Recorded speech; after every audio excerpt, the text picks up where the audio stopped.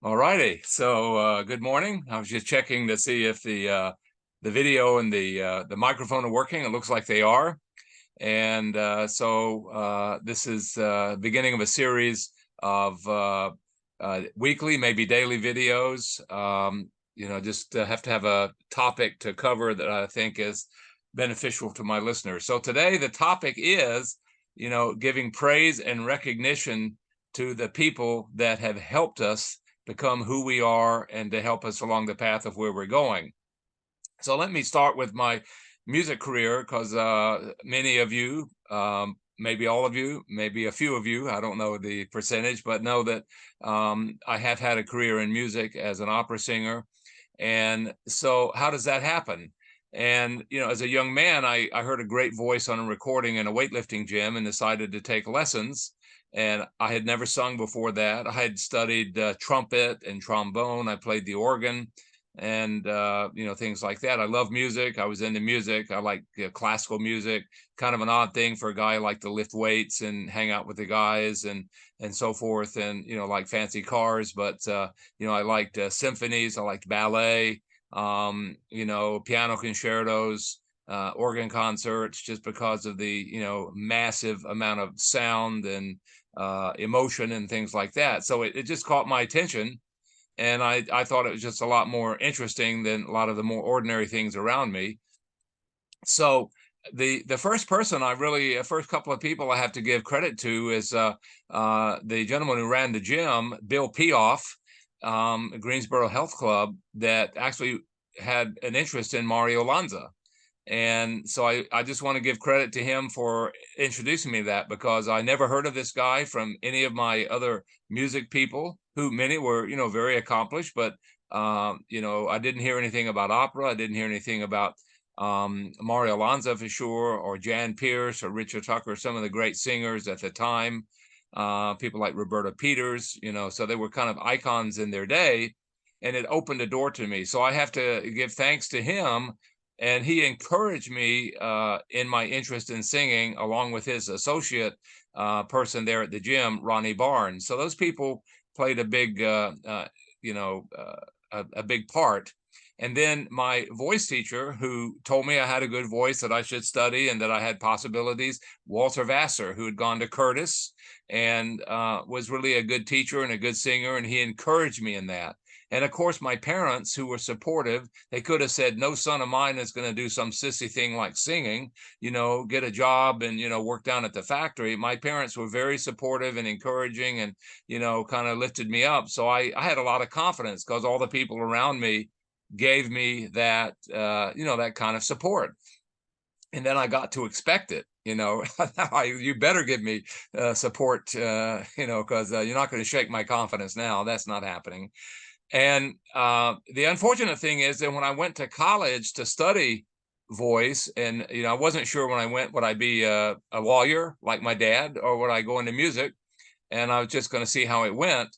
So the college people mostly, they knew I had talent and knew I was smart, and did well in my music courses, but they discouraged me. They were antagonistic because I was ambitious, because I was a young guy with a dream, who told people I'm going to sing at the Met someday, and they just like pushed it off, instead of even saying like, hey Tom, it's possible, you have a good voice, but hey, you're going to have to work really hard. You're going to have to learn languages and a better technique and repertory, and learn how to act, and connect with people, and there's a business side to it. They could have guided me, said, hey Tom, I think you can do it, but it's a long road.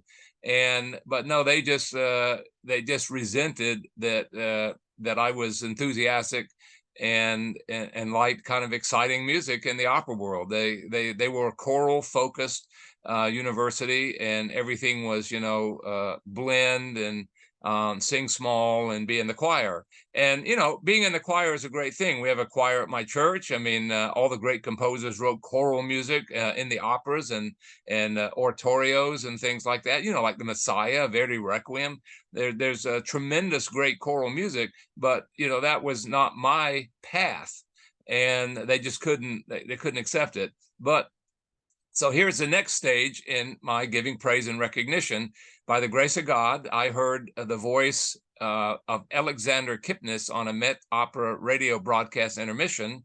And he, first of all, I just listened to him singing. I was just blown away that anyone could sing with such power and expression and such a beautiful voice.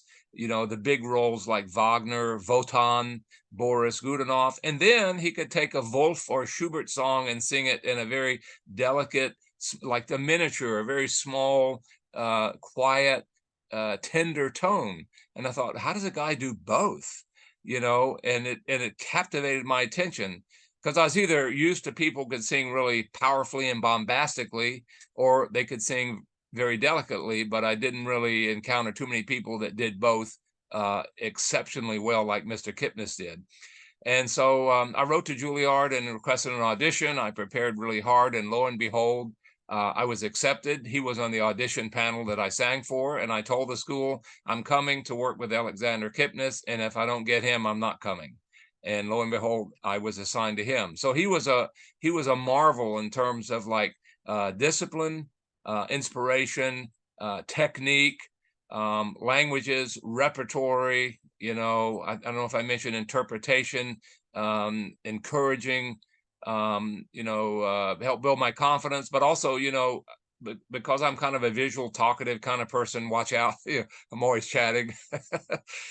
He told me in the lessons, no talking, only sing.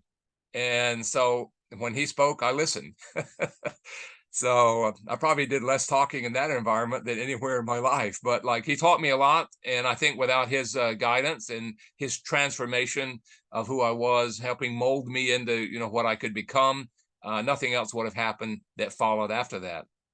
And then after that, I went to this program in Chicago, the Opera School of Chicago, and my wife had actually seen the ad for it. I didn't know about it, and I thought, "Oh, you mean I have to move from New York to Chicago? I don't want to do that."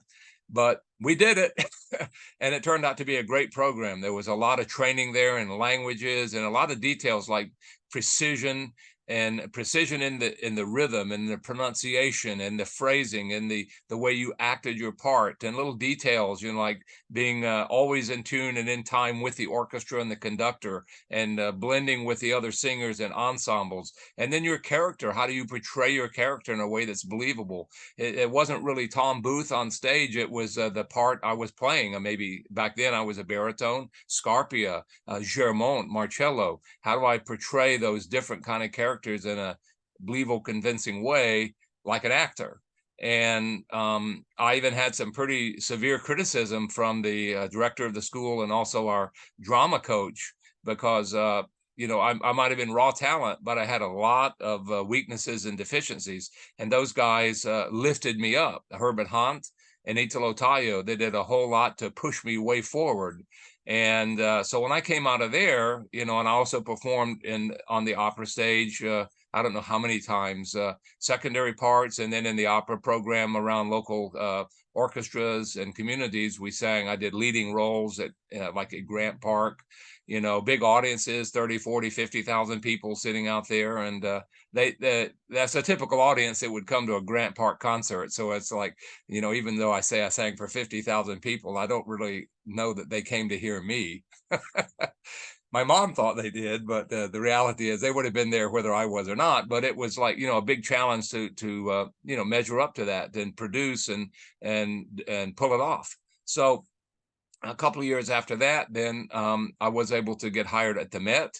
And a couple of the people there that kind of believed in me and encouraged me and pushed me along were Larry Stayer and Charlie Rieker. And they were people there that supported and believed in their artist and would give us advice. And, you have to act respectfully around these people. And then, I went to Europe to sing for a while. And that was just an experience. I can't really call out anyone there that in particular that I'd give praise and recognition to. A couple of people I had kind of conflicts and things with. It did kind of just challenge me to continue to lift my capacity to do things better.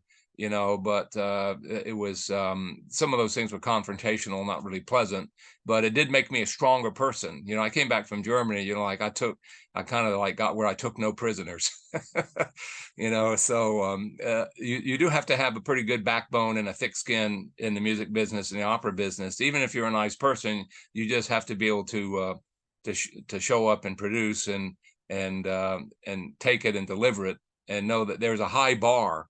You know, I had people that were my inspiration, and I, you know, figured like, hey, I have to follow their footsteps, sing like them, walk like them. I have to be like them. And you know, I couldn't just be like Tommy Booth from North Carolina. I had to be more, maybe more of who I was, but like you have to rise to that. So then who were the next couple of people that helped me evolve from baritone into tenor? And so I'm going to give recognition to those two people that were very instrumental in that. And that was primarily, initially was John Alexander, who helped me to not to push and shove and force to try to transition into the higher voice placement. And then James King, who had also gone from baritone to tenor and had a brilliant career. And both of them were very encouraging and positive, and taught me things that I know to this day, things that I learned from James King, things that I learned from, you know, from Alexander Kipnis. I would say those are my two premier teachers that made the difference. So there was a string of people and experiences that made the difference for me to grow and prosper. And you know, I had along the way other people that were, you might say, empowering and supporting me, like Joel Block, my agent at Columbia Artists, and Tony Russo, my agent at ICM Artists. And you know, they believed in me, and they'd get me assignments for things that like were a challenge, and I had to like step up to do them. And you know, I probably wouldn't have done it myself. I don't know. I'm not even sure it would have occurred to me to do certain things. And you know, at one point, one other person I would like to give recognition to is John Nelson, who invited me to Rome as the main cover for Benvenuto Cellini by Berlioz, and then later engaged me to sing The Damnation of Faust in Stockholm. And he believed in me also. And he actually told the theater, if I can't have Tom Booth as the cover, I'm not going to do the production. And I thought, wow, he had a lot of faith in me. And anybody who knows Berlioz, especially Benvenuto Cellini, you know that is no walk in the park. So, and that was quite a stretch from a guy, I don't know, 15 years before that was singing Scarpia at Grant Park.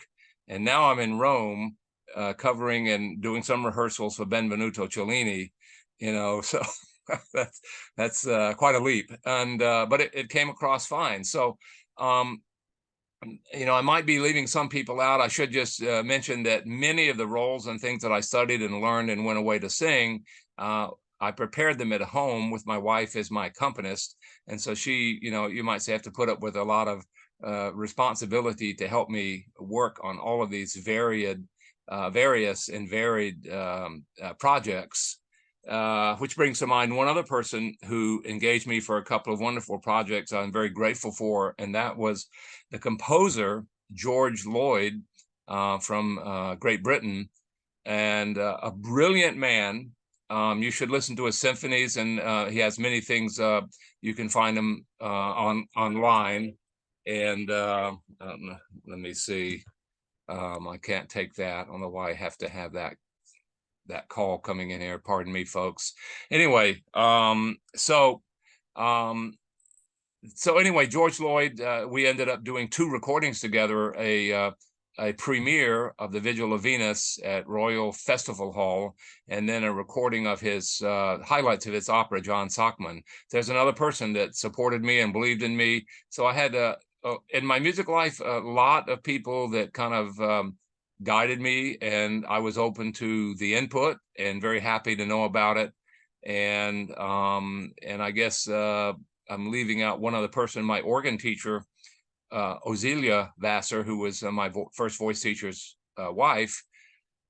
She was a person with a lot of, you know, it gave me a lot of discipline and very encouraging, and helped me with my organ playing, you know, just basic foundations, pedal work, you know, fingering, learning to play hymns with the moving inner voices early on, easier Bach, things like that. We didn't really go into the French school of the organ music. I kind of did that more on my own once I found out about this, you know, Vierne and Widor and Guilmant and these wonderful French composers. So, but you know, that's the thing. The reason I'm doing this is when you have some level of success and experience in life, you have to give gratitude to the people that made a difference for the things that help shape you to whatever level of success and knowledge that you have. And then I try to share, obviously, those things with my students